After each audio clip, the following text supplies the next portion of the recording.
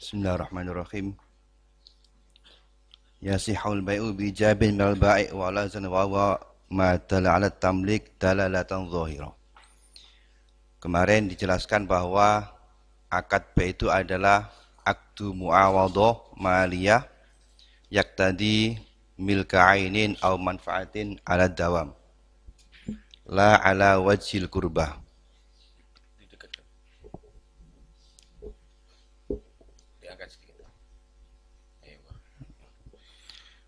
Jadi akad jual beli itu adalah akad. Akad itu adalah kesepakatan yang dibangun atas kesepahaman. Maka kesepahaman itu kemudian dituangkan di dalam syarat. Jadi setiap ada akad itu pasti ada syarat. Karena kesepahaman itu tidak dapat diketahui tanpa ada ungkapan yang menunjukkan atas kesepahaman akan transaksi yang dilakukan. Jadi semua akad, baik akad jual beli, akad ijarah, dan akad-akad yang lain, bahkan akad nikah, itu pasti ada syarat. Demikian juga ucapan yang berkaitan dengan halul akdi atau melepaskan akad, seperti tolak, seperti idku rokobah atau memerdekakan budak, pasti juga memerlukan syarat. Maka yang pertama dibahas dalam rukunnya jual beli ini adalah syarat. Syarat itu isinya satu paket, yaitu ijab dan qabul. Ijab itu min jihatil ba'i', qabul min jihatil mushtari. Syarat ini adalah salah satu pilar utama di dalam akad jual beli menurut qaul yang muktamad.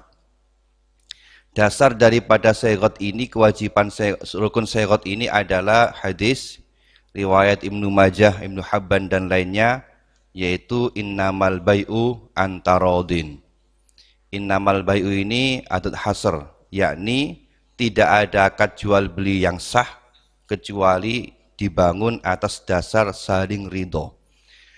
Dalam hadis ini menunjukkan bahwa manatul hukmi atau ikatan hukum di dalam keabsahan jual beli itu hanya didasarkan pada ridho. Sedangkan ridho itu adalah sesuatu yang ada dalam hati, amrun yang khafi, karena kesepahaman tadi. Oleh karena sesuatu itu ridho ini khafi, di dalam ketentuan hukum Islam atau dalam usul fikih dinyatakan bahwa jika ada hukum dikaitkan dengan sesuatu yang tidak jelas, maka harus dicari kaitan sesuatu yang menjadi mazinahnya. Misalnya seperti di dalam masalah diperbolehkannya untuk tarakhus fis safar, bolehnya untuk mengambil kemurahan dalam perjalanan, misalnya tidak puasa atau jamak qashar sholat, itu sebenarnya didasarkan pada masyaqqah, karena mempertimbangkan pada kesulitan musafir ketika dalam perjalanan. Namun masyaqqah itu sesuatu yang tidak jelas, yang relatif, sehingga tidak bisa hukum itu dikaitkan dengan sesuatu yang tidak jelas, karena yang dikatakan sebagai ilat itu adalah wasfun zahirun mundhabitun yu'arriful hukma, sifat yang zahir, yang mundhabit, yang dapat memberitahu pada hukum.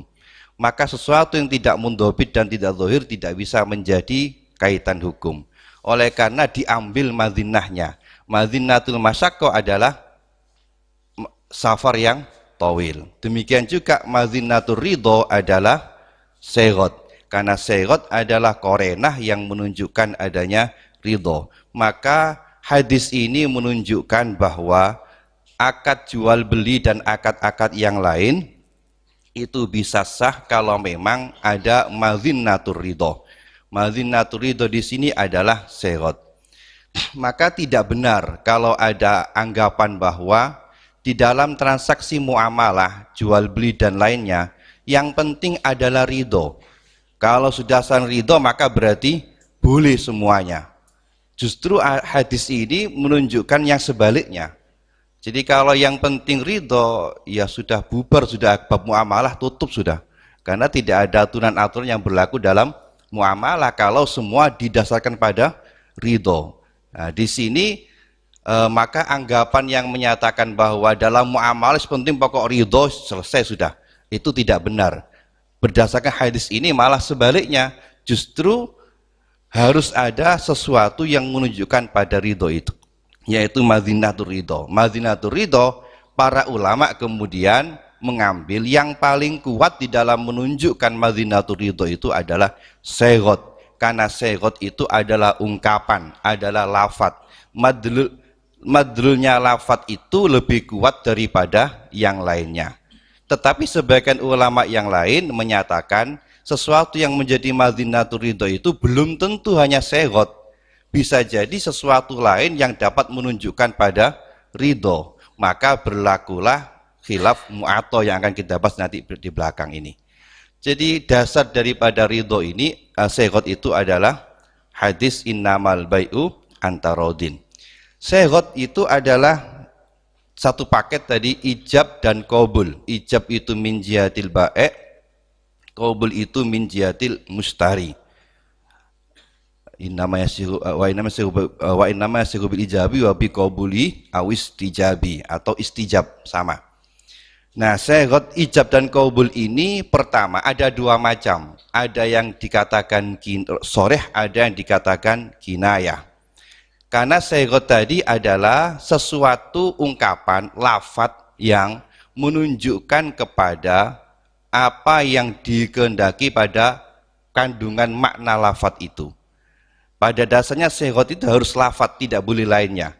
Tetapi kemudian sesuatu yang menempati lafat juga bisa menjadi segot. Seperti tulisan, seperti isyarah dan lainnya. Hanya saja kalau isyarah itu dari orang yang akhros, maka menjadi sama dengan lafat. Tapi kalau isyarah dari orang yang natik, maka sama dengan tulisan, menjadi kinayah. Karena tadi sesuatu yang paling dapat menunjukkan kepada ridho adalah lafat, karena lafat adalah sesuatu yang paling kuat dalam menunjukkan madlulnya. Nah, lafat itu ada dua macam. Terkadang lafat itu di dalam menunjukkan maknanya ada kalanya dalalatan zahir, sekira tidak mungkin dialihkan pada makna yang lain, atau dalam istilah usul fikih namanya dalalatun nas, sekira la yahtamil ghairahu. Misalnya seperti lafaz zaidun menunjukkan kepada syakhsun al-musamma bi zaidin, tidak mungkin lainnya. Ada kalanya lafat itu di dalam menunjukkan maknanya itu disebut dengan dalalah zahir. Mungkin untuk makna A, mungkin untuk makna B. Sekira yahtamil ghairahu. Misalnya seperti lafat dalam usul fikih namanya dalalah zahir. Seperti lafat asadun itu bisa menunjukkan makna hayawan, bisa menunjukkan makna rajul syuja. Nah, di dalam ungkapan segot juga begitu. Terkadang ada yahtamil ghairahu, ada kalanya yahtamil ghairahu. Maka segot yang sekiranya tidak mungkin dialihkan pada makna yang lain disebut dengan lafat segot yang soreh, yang jelas. Yang kedua, jika memungkinkan untuk diartikan makna yang lain, maka disebut dengan segot yang kinayah. Segot soreh dan kinayah ini pertama, syaratnya itu berbeda. Yang paling kuat adalah soreh. Karena segot soreh ini ungkapan yang tidak mungkin dialihkan pada makna yang lain, maka syaratnya hanya satu. Syaratnya satu, yaitu qasdul lafzi. Sebuah segot yang soreh bisa dikatakan sebagai segot yang memiliki dampak hukum kalau memang kalimat itu diucapkan secara sengaja dan sadar, disebut dengan qasdul lafzi. Maka kalau kalimat itu tidak diucapkan secara sengaja dan sadar, meskipun kalimat itu soreh maka tidak jadi. Contohnya seperti umpamanya ada orang ngelindur, menggigau. Pas tidur kemudian dia ngomong, saya jual barang ini. Meskipun kalimatnya itu soreh, tidak jadi. Karena kalimat itu tidak diungkapkan dengan qasdul lafzi. Yang kedua, qasdul lafzi itu dapat terwujud kalau memang al-lafid orang yang mengucapkan itu mengerti pada makna secara global daripada lafaz yang diucapkan. Kalau dia tidak mengerti makna yang diucapkan itu secara global, maka tidak dianggap qasdul lafzi. Misalnya seperti ada orang misalnya biasanya kalau dalam akad nikah itu menggunakan bahasa Arab. Misalnya ada orang tidak ngerti bahasa Arab, tidak pernah ngaji, kepingin dalam akad nikah menggunakan bahasa Arab. Lalu belajar dia, qabiltu nikaha dan sebagainya.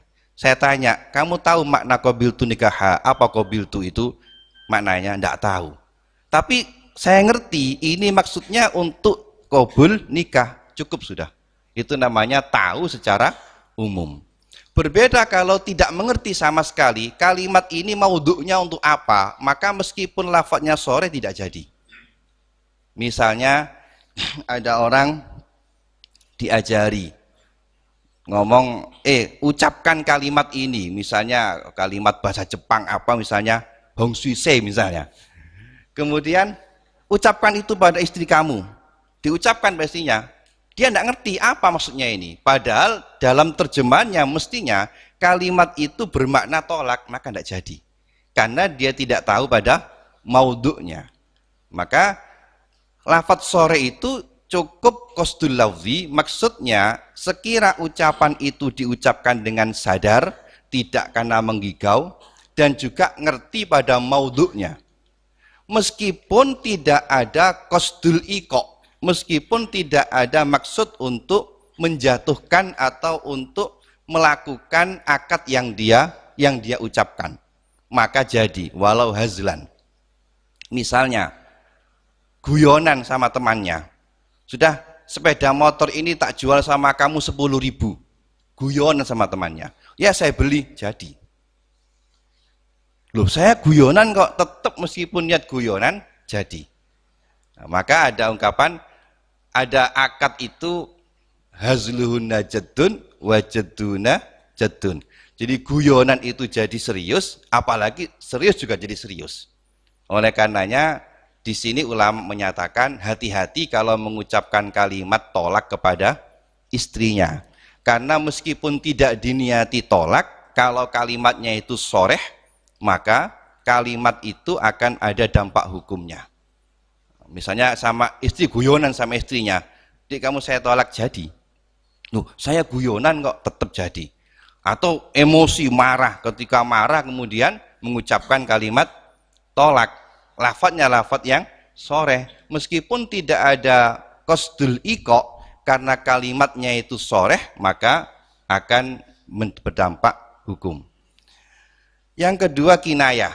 Kinayah tadi, segot yang lafadz yang diucapkan itu memiliki makna yang berbeda, bisa bermakna A, bisa bermakna B. Maka jika demikian disebut dengan kinayah. Di dalam segot kinayah ini berlaku pada semua akad, tidak hanya jual beli, pada semua akad dan bahkan pada halul akdi. Kalau kinayah syaratnya ada dua. Yang pertama syaratnya adalah qasdul lafzi, sama seperti dalam soreh tadi, yakni sekira kalimat itu diucapkan dengan sengaja, dengan sadar, dan kemudian tahu maudhu'nya. Yang kedua syaratnya harus qasdul iqa', harus ada niat. Karena kalimat kinayah itu berbeda dengan soreh. Kalau kinayah itu kan yahtamil ghairahu, bisa untuk mana A, bisa untuk mana B. Misalnya seperti dalam jual beli, kalau ungkapan bahasa Indonesia misalnya, dah ambil, tak ambil. Misalnya ada orang menjual sepeda motor, dikasih harga sepeda 5 juta, dah itu tak ambil saya sudah. Nah, kalimat itu adalah kalimat kinayah, karena tak ambil saya itu bisa bermaksud saya beli, bisa bermaksud diambil secara khisi, yang diambil begitu. Nah, maka kalimat ini bisa menjadi akad jual beli kalau disertai qasdul lafzi, dan yang kedua qasdul iqa' atau niat. Jika tidak ada niat qasdul iqa, tidak ada niat untuk melakukan akad jual beli, maka tidak sah, tidak jadi syaratnya ini. Nah, di samping itu kalimat itu menjadi kinayah. Kalimat itu bisa menjadi kinayah kalau kalimat itu memang dimungkinkan untuk dikehendaki. Makna yang dimaksudkan oleh mutakallim atau oleh orang yang melafadzkan itu. Nah, hal ini sangat dipengaruhi oleh korena yang mengitarinya.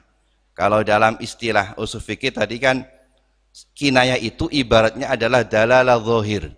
Zahir itu yahtamil ghairah wa yahtamil ghairah. Misalnya asadun itu yahtamil makna hakikinya, matul lughawinya yaitu hayawan, bisa bermakna majaz mursal yaitu rajulun sujaun. Nah, di dalam bahasa itu sesuatu makna itu bisa dialihkan pada makna selain makna watul lughawinya kalau memang ada alaqah, ada hubungan, dan ada korena yang mengalihkan dari makna yang sebenarnya. Nah, demikian juga di sini kalimat kinayah itu bisa dikatakan sebagai syarat kinayah kalau memang antara niatul iqa atau qasdul iqa dengan lafadz tadi ada alaqah. Alaqahnya bisa berupa kinayah. Misalnya kayak tadi, sepeda motor ini sudah terpampang, jual harga 5 juta. Dia ngomong tak ambil. Maka kalimat itu jika dikehendaki, maksud saya beli, maka dibenarkan. Tetapi kalau tidak ada korena sama sekali, atau dalam tolak misalnya, ketika bertengkar kemudian suami mengatakan, diusir, keluar kamu, pulang kamu sana. Ditanyakan, maksud kamu apa? Maksud saya itu adalah tolak, maka jadi. Karena kalimat tadi itu jika dikehendaki makna tolak itu dapat benar, ada alaqahnya. Alaqahnya berupa korena tadi bertengkar dan sebagainya itu. Tetapi kalau tidak ada alaqah, maka tidak bisa. Karena bahasa itu tidak mungkin dialihkan dari makna sebenarnya kecuali kalau ada alaqah. Misalnya, dalam tolak misalnya, suami istri ini dalam keadaan normal biasa, makan bareng, ngobrol enak. Suami ngomong sama istrinya, "Dik, kamu keluar, Dik. Dik, kamu keluar, Dik. Mas, maksud kalian apa? Maksud saya tolak." Maka kalimat itu mulgho. Kenapa kalimat tadi sama kalimatnya keluar kamu, tapi beda situasinya. Maka kalimat mulgho. Kenapa? Karena tidak bisa dijadikan sebagai kinayah sebab tidak ada alaqah. Nah, dalam jual beli mungkin bisa begitu. Ini saya ambil padahal tidak ada latar belakang yang mengarah adanya transaksi jual beli. Maka meskipun itu diniati ada qasdul iqa, tetap tidak jadi karena wad'ul lafzinya itu tidak tepat, tidak pada tepatnya. Jadi kinayah itu pertama-tama adalah sekira lafadz itu memang dimungkinkan untuk diarahkan kepada makna niatul iqa tadi itu. Nah, baru setelah itu disertai dengan qasdul lafzi dan qasdul iqa. Nah, ini berlaku pada semua syarat, baik syarat akad jual beli, syarat akad maupun syarat yang halul akdi. Maka dikatakan di sini wal hazlan. Oleh karenanya kalau kita mengucapkan kalimat yang sore itu harus hati-hati. Dalam keadaan sadar pasti dampak hukumnya jadi. Kabi tukar seperti yang sore seperti mungkin yang banyak terjadi itu ya, berjalan sama istri, udah ya kita berpisah di sini ya. Kita berpisah ada di sini. Ini dalam bahasa Arab juga begitu kadang-kadang. Khalas natafaraqu min huna gitu. Itu harus diperjelas itu. Apakah itu sorry karena firaq itu juga termasuk sighah sharihah itu. Ya. kemudian wa qabulin dan juga qabul. Tadi satu paket ijab sama qabul dari mustari walau hazlan meskipun dia itu tidak maksud untuk qasdul iqa. Yang penting ada qasdul lafzi karena lafaz sore. Wa huwa madalla ala tamalluk. Qabul itu yang menunjukkan makna tamalluk karena memang akad jual beli kan kemarin muawadhah. Muawadhah itu hakanya ada at-tamlik wat tamalluk min jihatil bai' dan min jihatil mustari. Kastara itu seperti lafaz istara itu hadza bikadza wa qabiltu au raditu au akhadtu au atamallaktu hadza bikadza dan sebagainya. Itu apa itu? Kinayah. Ingkang qabil itu sorib. Ya, lain-lainnya? Sore. Sorry, akhadtu. Nggih. Nggih. Au tamallaktu sore. Kemudian Ambil berarti itu akhadtu itu. iya, nggih. Au Akhadtu berarti ambil sore. minjatil mustari.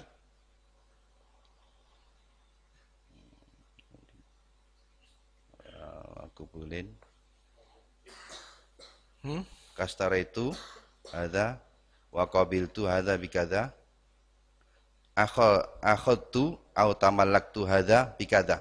Oh, Kalau ada bikadzanya. Ada bikadzanya. Wadzalika yang demikian itu litati masirat karena agar sirat menjadi sempurna berdasarkan hadis innamal bai'u antarodin. Waridho sedangkan ridho itu adalah amrnya khofi. Karena khofi maka tadi tidak bisa dijadikan sebagai manatul hukmi, maka diambil madzinahnya adalah ridho. Tetapi madzinahnya adalah sirat. Tetapi sebagian ulama mengatakan madzinatul ridho itu pada prakteknya, pada kenyataannya kan tidak hanya sehot, bisa juga madinatul ridho itu disebabkan karena korena yang lainnya. Menurut pendapat yang muktamad tidak dianggap, karena yang paling kuat di dalam menunjukkan makna itu adalah lafadz. Tetapi ba'dul ulama yang lain mengatakan sesuatu yang dapat menunjukkan korena ridho itu bisa diambil sebagai madzinah di dalam ridho tadi. Nah, di sini kemudian berlaku khilaful mu'atoh. Maka kata para ulama, meskipun tidak menggunakan sehot di dalam menunjukkan ridho itu, misalnya seperti korena, orang menganggap jual beli, atau korenanya misalnya sesuatu yang diperjualbelikan itu adalah sesuatu yang remeh atau lainnya, maka bisa dikatakan sebagai sehot yang mengarah kepada jual beli. Misalnya jual beli kerupuk misalnya. Kalau saya beli kerupuk harga 500, kalau saya masih ngomong, Pak saya beli kerupuknya kesuwen, nah, orang sudah ngerti, sudah itu mesti jual beli sudah.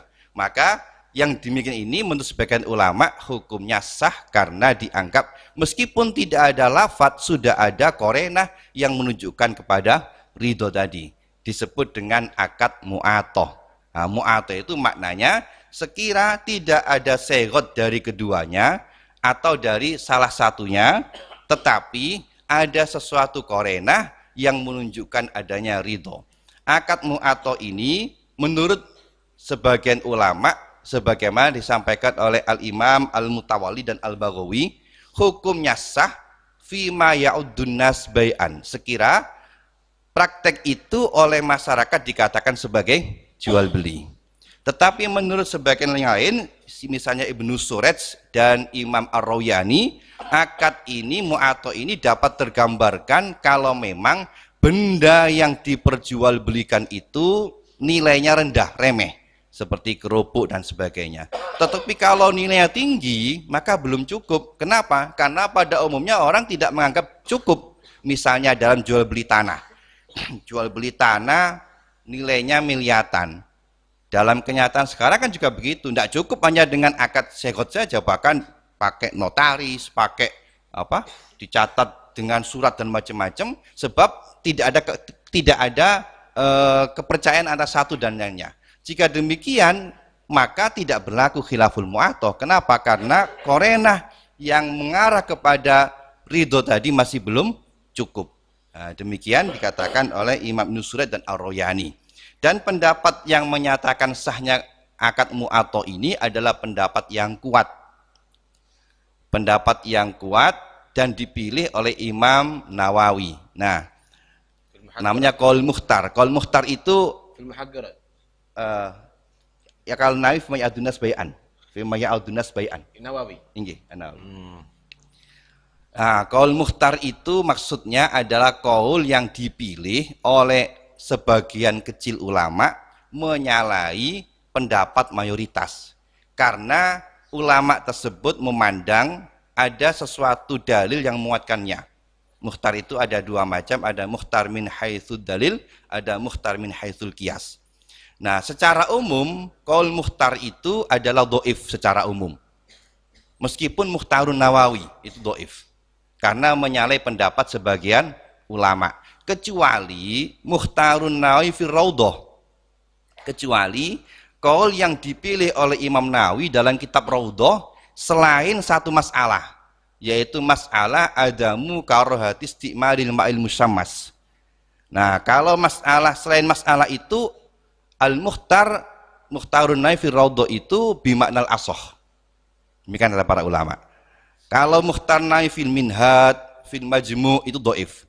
Tapi kalau fi Raudhah bimaknal asoh kecuali satu, yaitu ikhtiyarun Nawawi fi Raudhah berkaitan dengan hukum tidak makruhnya menggunakan mak musammas. Maka meskipun dipilih di Raudhah itu dhaif. Itu kata para ulama. Sedangkan Mukhtar Nawawi yang lainnya itu hukumnya dhaif. Nah, dalam hal ini menurut dalam keterangan dalam kitab Al-Mahalli, ikhtiyar Nawawi bi sihhatil mu'athah itu ihtarau fi Raudhah wa ghairihi. Kalau ini termasuk ikhtiyar fi Raudhah berarti ini bermakna rajih. Bermakna rajih sehingga menjadi muktamad indan Nawawi, menyalahi yang lainnya. Nah, dengan demikian kalau mengikuti informasi daripada Imam Mahalli tadi, karena ini dipilih dalam kitab Raudhah berarti bimakna ar-rajih. Maka dan memang itu yang berlaku sekarang ini. Kalau sekarang ini semua pakai syarat kan susah. Dan hampir pada umumnya jual beli yang tidak begitu besar nilainya itu tidak ada menggunakan syarat. Hanya saja para ulama menekankan yang dimaksud dengan mu'athah itu tadi adalah praktek jual beli yang hanya mengesampingkan rukun syarat saja. Adapun lainnya terpenuhi. Jika lain tidak terpenuhi maka bukan mu'athah namanya. Seperti yang saya kemarin dalam masalah kalau kita ke bandara misalnya memasukkan koin kemudian keluar minuman, maka tidak bisa katakan oh ini bek mu'athah kan ada syaratnya. Nah, di sini yang tidak ini unsur bukan hanya syarat tapi tidak ada akidnya. Yang beli saya, yang jual siapa? Kan tidak ada. Maka tidak bisa dikatakan sebagai bek yang mu'athah. Karena bek mu'athah itu unsur lain terpenuhi hanya mengabaikan syarat karena sudah dicukupkan dengan qarinah yang mengarah kepada ridho tadi itu, menggantikan posisi syarat. Demikian juga kata para ulama di dalam bek mu'athah ini juga harus didasarkan kepada mengetahui pada samannya.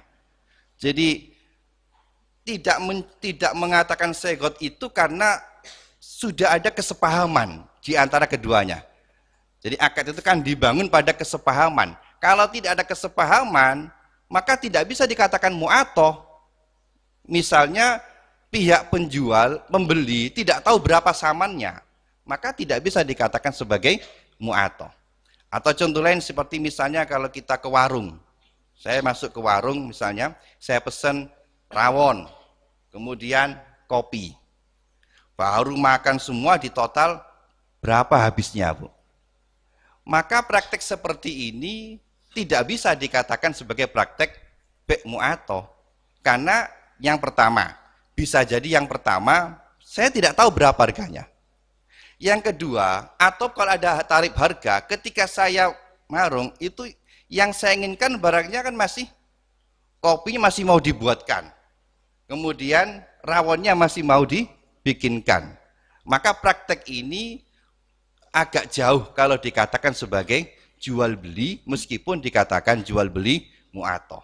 Sebagian ulama mengatakan ini bukan bek mu'athah tetapi dikatakan sebagai dhamanul mutlafat. Maksudnya saya ketika datang ke warung itu minta dibuatkan kopi, minta dibuatkan rawon, itu dengan maksud saya makan untuk saya ganti.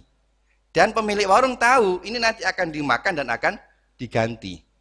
Maka bukan jual beli, kesepahaman di sini bukan kesepahaman jual beli tapi kesepahaman dhamanul mutlafat. Begitu saya makan maka saya wajib ganti sesuai dengan ganti yang ditetapkan. Nah, di sini kemudian masalahnya berapa ganti itu? Ganti itu mestinya sesuai dengan misilnya. harga normalnya. Maka kalau misalnya pihak pemilik warung itu menetapkan harga di atas misil, yang mahrum bisa protes. Ini tidak sewa rawon harganya kok misalnya 50.000. Lainnya boleh protes. Kenapa? Karena ukuran standar itu adalah misil. Nah, di sini menegaskan berarti pemilik warung pun juga dalam menetapkan harga harus yang wajar. Kadang-kadang kalau ada acara apa itu kadang kita kan dimanfaatkan. Jadi misalnya kopi yang harganya 5.000 karena ada dinaikkan menjadi 25.000 misalnya. Tidak benar. Karena ini bukan jual beli tapi domanul mutlafat. Sebagaimana dikatakan oleh para ulama begitu. Kemudian khilaf mu'ato ini menurut pendapat yang pertama tadi hukumnya tidak sah. Karena tidak sah berarti dampak hukum dari jual beli tidak berlaku. Karena tidak berlaku berarti tidak terjadi proses tamlik wa tamalluk. Baik tidak beralih kepada mustari, saman tidak beralih kepada baik. Oleh karenanya yang diterima itu al-makbud bi'aqdin fasid kal ghasib, kal maghsub. Sesuatu yang diterima dengan akad yang fasid statusnya sama dengan maghsub. Sama dengan maghsub, maksudnya harus dikembalikan. Kalau rusak diganti dengan nilainya atau misilnya kalau rusak. Jadi kalau mestinya uang yang diterima tadi dikembalikan, barang yang dibeli dengan mu'ato tadi dikembalikan kalau mengikuti pendapat yang mengatakan tidak sahnya mu'ato. Tetapi dalam urusan amma fil akhirah fala mutolabata biha. Tetapi dalam akhirah tidak ada mutolabah pada benda yang diterimanya.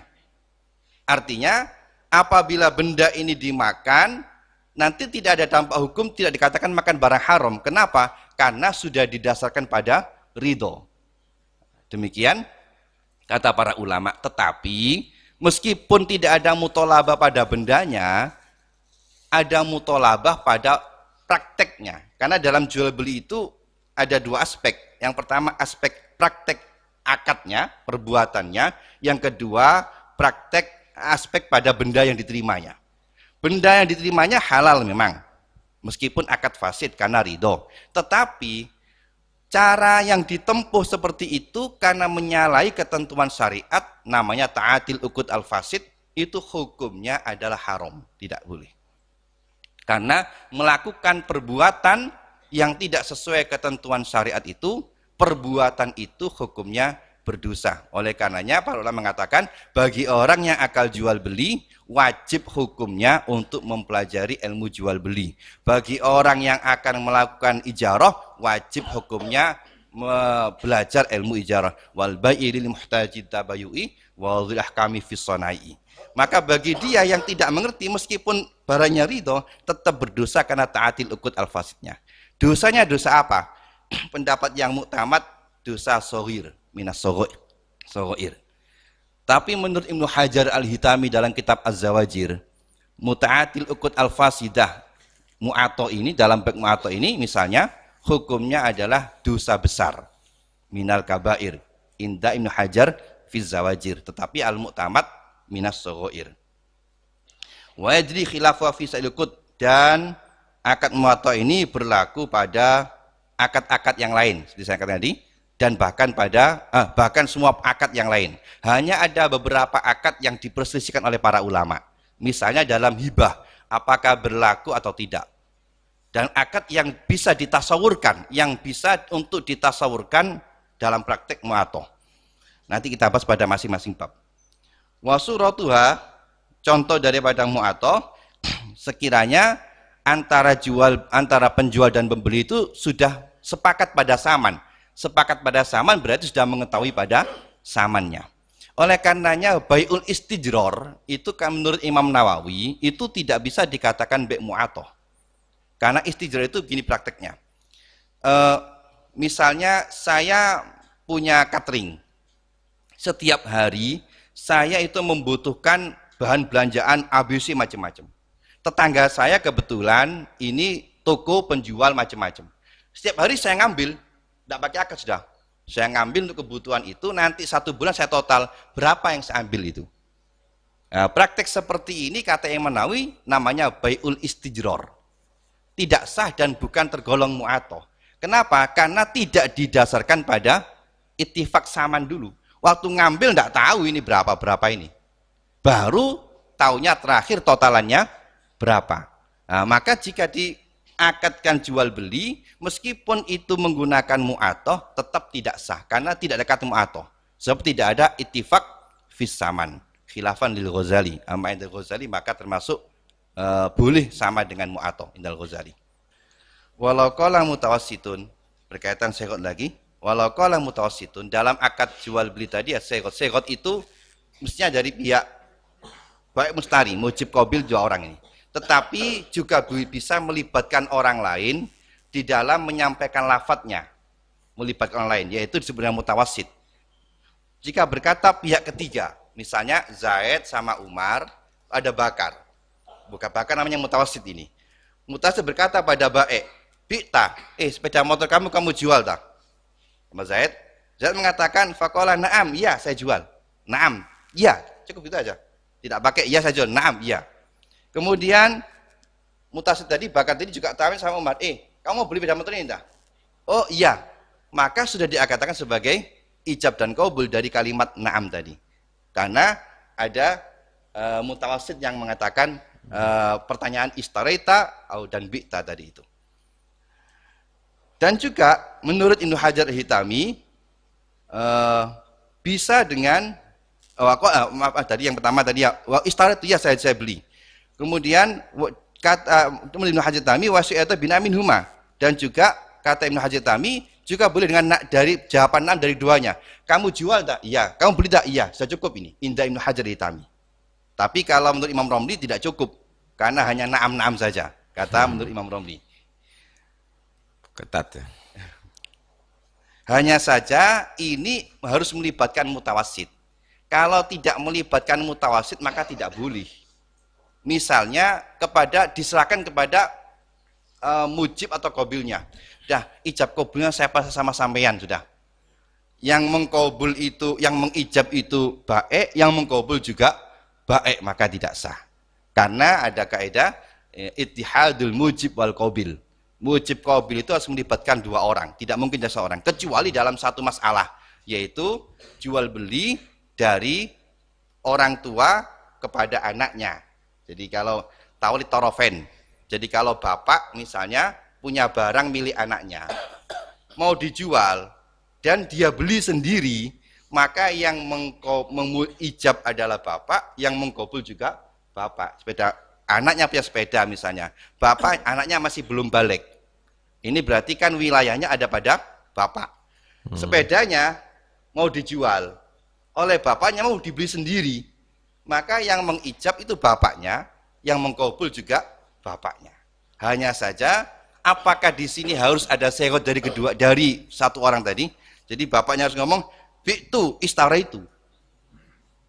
Ada khilaf, ada yang mengatakan iya, ada yang mengatakan tidak cukup, sudah cukup dengan perbuatannya.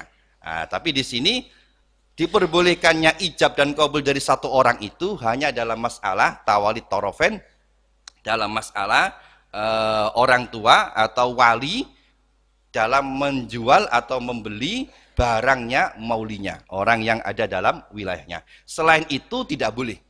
Nah, jadi kalau ada orang mewakilkan, sudah ijab qabulnya saya pasang sama sampean, sudah kamu yang menjual dan membeli sampean jadi satu, maka tidak sah karena tawali torofen. Dan apabila kalimat ijab qabul itu menggunakan fi'il mudhari', maka pendapat yang muktamad tidak sah karena fi'il mudhari' kan zamannya mustakbal. Nah, ini dalam bahasa Arab ya. Kalau bahasa Indonesia itu tidak ada fi'il mudhari' itu di dalam bahasa Arab ini. Akan ya. Kalau akan ada. Akan saya beli, akan saya jual. Oleh karenanya kalau misalnya kita mau beli barang di toko, itu ada kan harganya kalau kredit sekian, kalau kontan sekian. Itu kalau kita ngomong saya mau beli, berarti belum beli. Nah, tapi kalau saya beli yang kontan ya berarti ya itu sudah tidak berlaku dua harga. Apa enggak termasuk kinayah mau itu? Mau itu mandil iradah juga bisa kan? Mau itu ada al-azm, akan beli. akan ya, akan. Kalau saya kena Allah.